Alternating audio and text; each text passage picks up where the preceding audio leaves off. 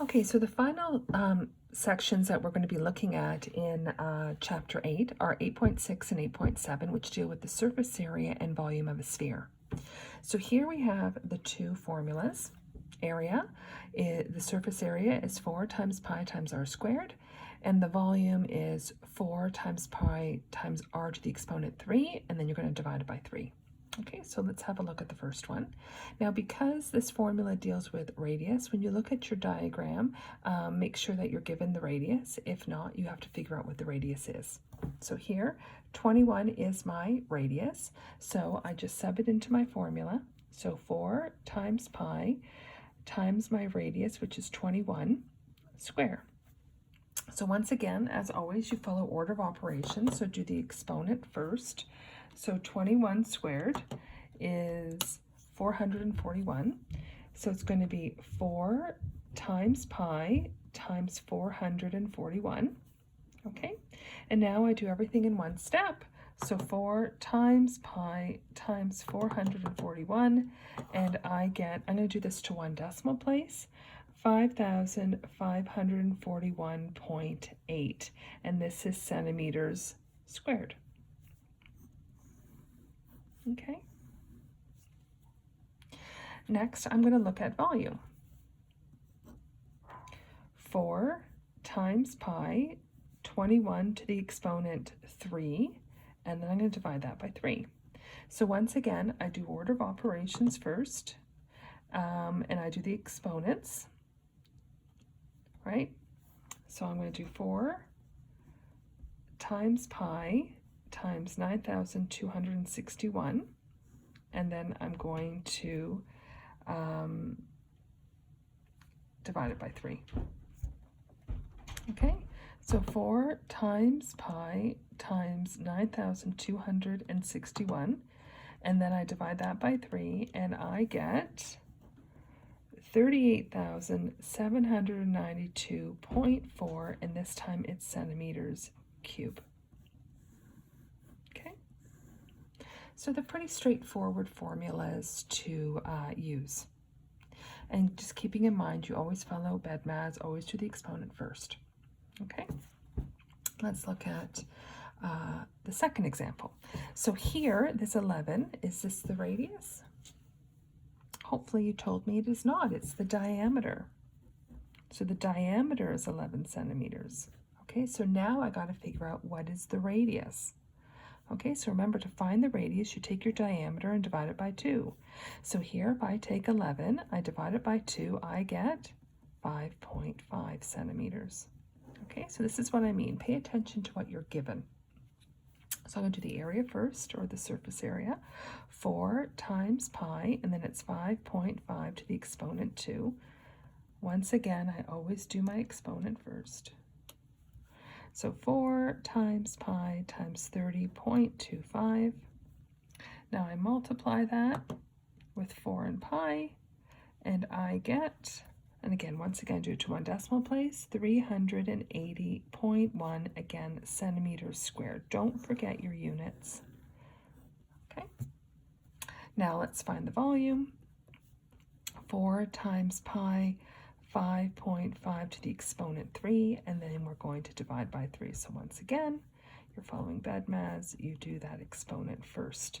So 5.5 to the exponent 3 is 166.375, and then of course we're going to divide by 3. Okay, so you can do this all in one step. So 4 times pi times 166.375, then divided by 3. Okay, and once again, I'm going to do this to one decimal place, and I get 696.9, and this is centimeters cube. Okay, so these are just the basic knowledge and understanding type questions in using surface area of a sphere. So now let's look at some application questions. And these are very typical types that you're going to see in this section. Okay, so let's have a look at this one here. So here you're told that golf balls are stacked 3 high in a rectangular prism package. Okay, you're given the diameter of one of the balls as 4.5 centimeters, and you're asked what is the minimum amount of material needed to make the box. Okay, so the first thing you have to figure out is what is it that you're being asked to find. And often the question or what you're being asked to find is often in the first sentence or the last one. So here, it's what is the minimum amount of material needed to make the box. So when you're looking for the minimum amount of material to make something, are you looking for the area or are you looking for the volume? Okay, so let's think back to what area and volume are. So volume would be filling the box, okay? Area would be wrapping the box. So in this example, it would be the area because we want to know how much material, maybe it's cardboard, maybe it's plastic, needed to make it. So we're looking for the area. Now, because this is a box, what shape is this box? And hopefully you're telling me it's a rectangular prism. So this is what we did a couple of days ago. So you have to go back and find the formula for a rectangular prism. Okay? So the order that you write these in the bracket does not matter. But this is width and height, and then length and width, and length and height. So you're going to multiply them, add them, and then multiply it by 2. But in order to do that, I need to know the dimensions. I need to know the length, the width, and the height of this box. And just by looking at the diagram, I can see these golf balls are stacked pretty tightly. Okay? So if I wanted to find the length and the width, there's information to help me find it, and it's right here. It's the diameter. Okay? So if this is stacked pretty tightly, I can see that my diameter would be the length right here, which I'm going to call the length. So I can see that my length is about 4.5 centimeters. The width is also the diameter. So the width here is also 4.5 centimeters. Now we need to find the height. So I know this diameter right here of the golf ball is 4.5. I know this is also 4.5. And this is 4.5. So what's my height? It's 4.5. How many of them do I have? I have 3 of them. Multiply it by 3, and I get 13.5. So my height is 13.5 centimeters. So there are my dimensions. Now that I have the dimensions, I put them in the formula. Okay, so my width times my height, 4.5 times 13.5. Length times width, 4.5 times 4.5. Length times height, 4.5 times 13.5. Okay, once again, I follow my order of operations, so I do my brackets first. Okay, so, and then inside the brackets, I do the multiplication. So 4.5 times 13.5, 60.75. 4.5 times 4.5, 20.25. 4.5 times 13.5, 60.75. Okay, I continue following the order of operations, add what's inside my brackets here, and I get 141.75.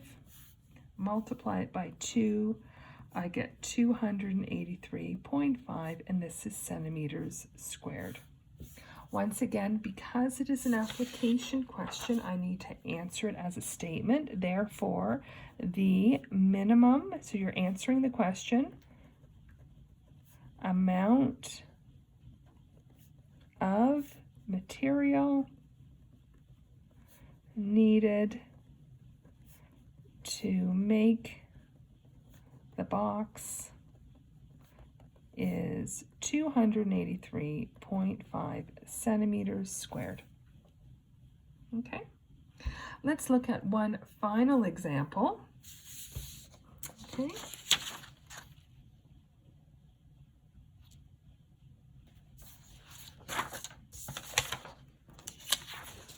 And it's this one right here.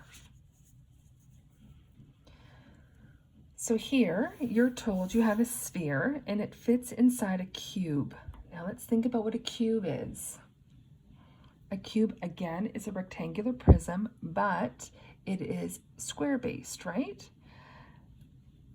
And you're given the edges of the cube are 18 centimeters long, and you're asked this time to find the volume of a sphere. Okay, so you're asked to find the volume of the sphere that is inside the box. So if I'm looking for the volume of a sphere, I write down the volume formula: 4 times pi times the radius cubed, all divided by 3. Now, in order to figure out the volume, I need to know what the radius is. What is the radius? It's giving me information. It's telling me that the cube is 18 centimeters long, which means that this is 18 centimeters, this is 18 centimeters, and right here is also 18 centimeters. Okay, how is that going to help me find the radius? Well, this 18 centimeters, this length here, is the same as this length right here. So that 18 centimeters, isn't that the diameter?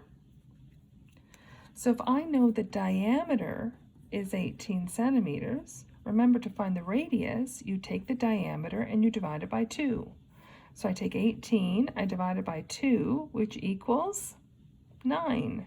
So I know my radius is 9 centimeters. So now I can sub it into my formula.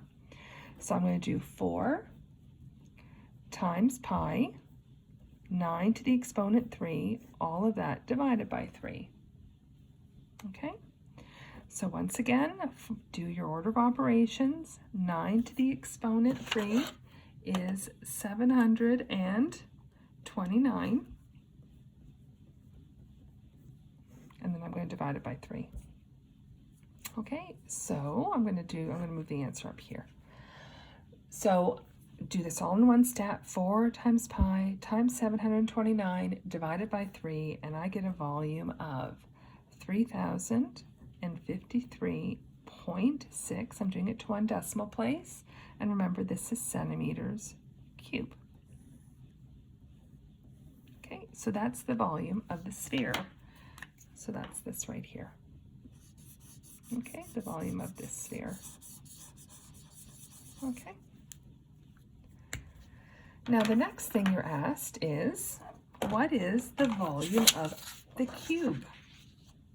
Okay, so if you don't remember how to find the volume of a rectangular prism, or in this situation, it's a cube. That was what we did on the first day. I think it was section 8.3 when we were looking at these three-dimensional figures. It is your length times your width times your height. Now the one thing about the cube is the length, the width, and the height are all the same dimension. So it's 18 times 18 times 18, or 18 to the exponent 3. Okay, so when I do that, I get 5,832, and again, it's in centimeters cube.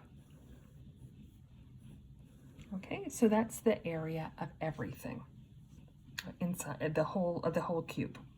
Okay, so now let's look at the last part that says, how much empty space is there in the cube?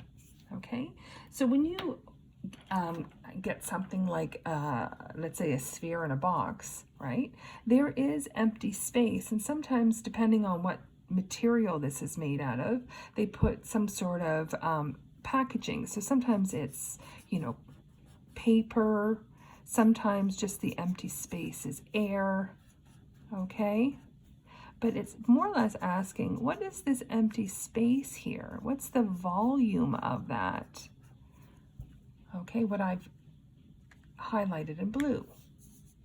Let's think about how we're going to do that. So keep in mind what you have here. is you have the volume of the sphere, you have the volume of the cube, so what's left over? What's the empty space? So what you should be doing is taking the volume of the cube, 5,832, subtract the volume of the sphere, and the difference between it, 2,778.4 centimeters cubed, is the empty space, or what I just highlighted here in blue. Okay, and that's everything.